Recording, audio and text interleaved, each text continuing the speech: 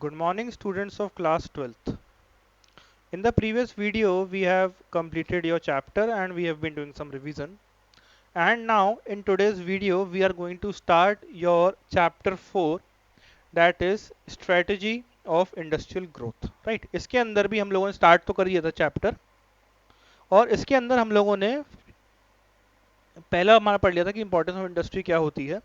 And now we are going to start the factors necessitating direct participation of state. Right? Right? What are the factors necessary for direct participation of state. कि जब हमारा देश आज़ाद हुआ था 1947 में, right, 1947 में country आज़ाद हुई थी. फिर 1950 में हमारी पॉलिसी बनना स्टार्ट हुई थी क्योंकि 1950 तक हमारा कॉन्स्टिट्यूशन बनकर रेडी हुआ था.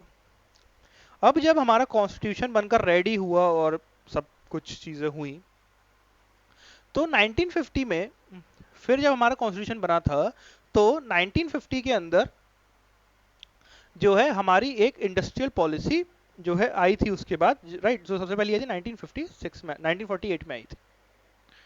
अब जो इंडस्ट्रियल पॉलिसी आई थी उसको उसके अंदर क्या करा गया था कि हमारा जो पार्टिसिपेशन ऑफ स्टेट है, मतलब जो हमारी गवर्नमेंट है उसका पार्टिसिपेशन ज़्यादा रखा गया था as compare to the private sector. Right, मतलब कि ज़्यादातर काम इकोनॉमिक प्रोसेस के अंदर गवर्नमेंट सेक्टर करता था, प्राइवेट सेक्टर काम कम करता था, उसका रोल कम था. राइट, सो 1950 के अंदर जो हमारी पॉलिसी आई थी तो उसके अंदर ऐसा ज़रूरी क्यों था कि हमारे जो है पार्टिसिपेशन ऑफ स्टेट, मतलब कि जो हमारी सेंट्रल गवर्नमेंट है या फिर स्टेट गवर्नमेंट है, गवर्नमेंट को ज़्यादा काम क्यों दिया गया था. तो उसके पॉइंट्स पढ़ते हैं. तो पहला पॉइंट है हमारा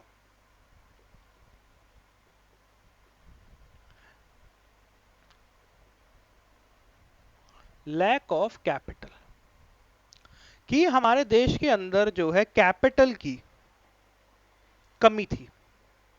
राइट, कि हमारे जब इंडिपेंडेंस हुआ था तो इंडिपेंडेंस के समय पर हमारे देश के अंदर कैपिटल की बहुत ज़्यादा कमी थी क्योंकि हमारे जो ब्रिटिशर्स थे, ब्रिटिशर्स पहले ही हमारे देश के अंदर से बहुत कुछ लेकर चले गए थे और जब वो लेकर गए थे तो उसके बाद जो है हमारे देश के पास लेफ्ट ओवर बहुत कम बचा, तो हमारे देश के पास कैपिटल की अपने आप में कमी थी. So there was lack of capital in the country. That after independence, India required a big push for which large amount of capital investment was needed, which the private investor were not able to meet, due to which state interference was required. Next is low inducement to invest.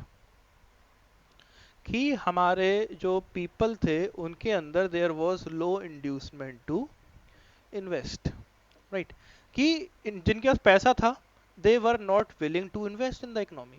पहली बात तो capital की कमी थी, दूसरी बात जिनके पास थी capital they were not willing to invest. Right, अब वो लोग क्यों नहीं इन्वेस्ट कर रहे थे, उसके भी बहुत सारे रीजन थे. द फर्स्ट रीजन वाज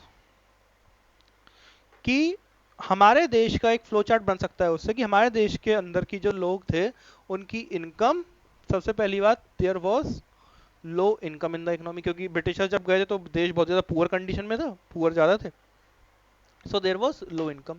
जब इकोनॉमी के अंदर इनकम कम होती है तो इनकम कम होने की वजह से क्या होता है, इकोनॉमी के अंदर डिमांड भी कम होती है. लो इनकम है तो low demand, low income and that is why low demand. Right, और लो डिमांड है सो उसकी वजह से there was low inducement to invest. कि लोगों के अंदर इंड्यूसमेंट टू इन्वेस्ट क्या होता है, कम हो जाता है. राइट, कि जब डिमांड नहीं है इकोनॉमी के अंदर, प्रोडक्शन ही नहीं है, सो लोगों के अंदर जो है इन्वेस्टमेंट करने की जो टेंडेंसी होती है, जो विल पावर होती है वो भी कम हो जाती है. और जब लो इंड्यूसमेंट टू इन्वेस्ट होता है तो उसकी वजह से क्या हो जाता है, लो इन्वेस्टमेंट भी कम होता है. देश के अंदर।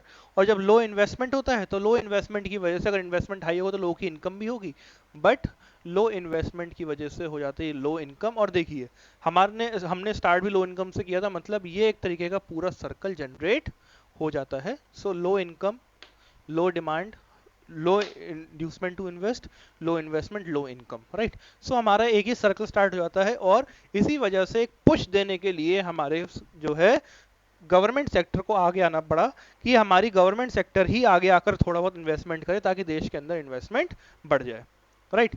द थर्ड इज, हमारी जो गवर्नमेंट का मोटिव था ग्रोथ करने का, जो पॉलिसी थी, that was growth with social justice, कि हम लोग ग्रो तो करेंगे but we will not adopt the model of capitalism, we will adopt the model of socialism, right. कि ज्यादा से ज्यादा काम कौन करेगा, सोशल, मतलब सोशल वेलफेयर के लिए किया जाएगा, कौन करेगा, हमारा स्टेट गवर्नमेंट करेगी, सेंट्रल गवर्नमेंट करेगी, हमारा स्टेट करेगी, मतलब गवर्नमेंट करेगी, राइट। सो ये था हमारा कि the factors necessitating direct participation of state within the economy, right, ताकि जो है स्टेट जो है पार्टिसिपेट करे, और हमारा जो है ये रीजन थे जिस वजह से स्टेट को पार्टिसिपेट करना पड़ता था। अब आते हैं एक इंपॉर्टेंट चीज के ऊपर, जो कि है हमारा इंडस्ट्रियल पॉलिसी रिजोल्यूशन, जिसको कहते हैं आईपीआर, 1956 में आया था, right. So let us understand about the IPR 1956। सो IPR 1956, right. So let us understand about that, कि हमारा आईपीआर क्या कहता था, what was the IPR 1956 about. तो देखिए आईपीआर ने क्या किया था, there was first of all three fold classification of industry, right. हमारा जो क्लासिफिकेशन ऑफ इंडस्ट्री था, सबसे पहले थ्री फोल्ड क्लासिफिकेशन था। थ्री फोल्ड क्लासिफिकेशन मतलब इंडस्ट्री को हमारे तीन सेक्टर्स के अंदर बांट दिया गया था। First of all the sector that was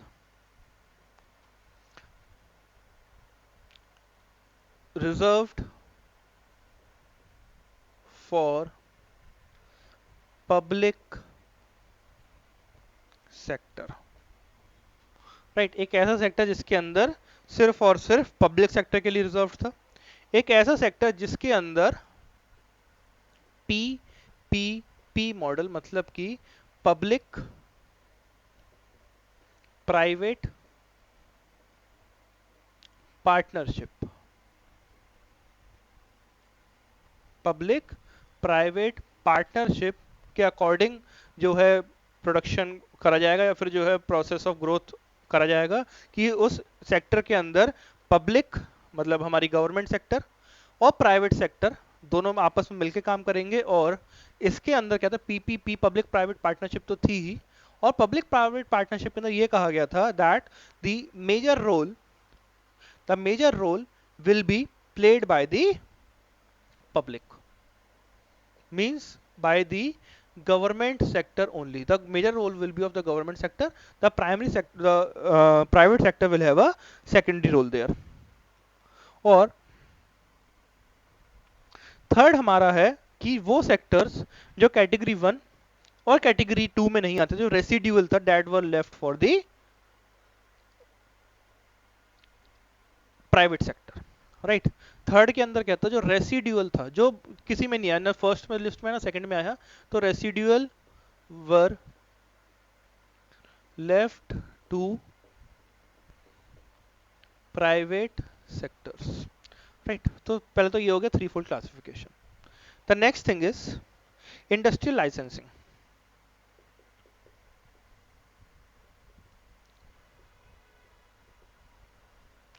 next क्या है, इंडस्ट्रियल लाइसेंसिंग।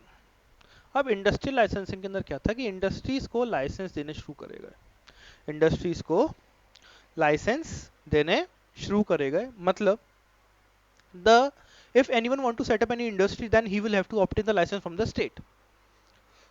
किसी को भी इंडस्ट्री स्टार्ट करनी है वो सबसे पहले जाएगा और स्टेट गवर्नमेंट से लाइसेंस मांगेगा, या फिर सेंट्रल गवर्नमेंट से, बेसिकली गवर्नमेंट से लाइसेंस मांगेगा। और गवर्नमेंट भी क्या करती थी, उन एरियाज के अंदर जो बैकवर्ड एरियाज हैं, उन एरियाज के अंदर लाइसेंस जो इंडस्ट्रीज को प्रमोट करती थी। और जब वहां पे प्रमोट करती थी तो क्या करती थी कि हमारे वो एरिया जो बैकवर्ड एरियाज है वहां पर लाइसेंसिंग इजीली देती थी, ताकि वहां पे जो है इंडस्ट्रीज ज्यादा लगे। Right, next is third, industrial concessions. Third क्या है, इंडस्ट्रियल कंसेशंस, कि हमारा जो इंडस्ट्रियल सेक्टर है उसको बढ़ावा देने के लिए इंडस्ट्रियल कंसेशंस देने लगे। इंडस्ट्रियल कंसेशन कैसे, कि वो इंडस्ट्रीज जो कि जो है बैकवर्ड एरियाज में लगाएंगे लोग, वहां पर क्या होगा, वहां पे उन लोग को देते थे टैक्स हॉलीडेज। क्या देते थे, टैक्स हॉलीडेज देते थे। और टैक्स हॉलीडेज के साथ साथ जो है सब्सिडाइज्ड पावर सप्लाई, राइट, ताकि उन लोग को जो जो इलेक्ट्रिसिटी है वो सब्सिडाइज्ड रेट्स पे मिले और उन लोग को फायदा लगे, तो फिर वो लोग जो है बैकवर्ड एरिया के अंदर जो है इंडस्ट्री लगाएं। राइट, ये था हमारा आईपीआर का basic structure, the principal elements of IPR. Right, next video में हम लोग बात करेंगे द डेवलपमेंट ऑफ एसएसआईज के बारे में, स्मॉल स्केल इंडस्ट्री क्या होती है उसके बारे में बात करेंगे। ठीक है ना। So students, we will meet in the next video. Till then, stay at your homes and stay safe. Thank you.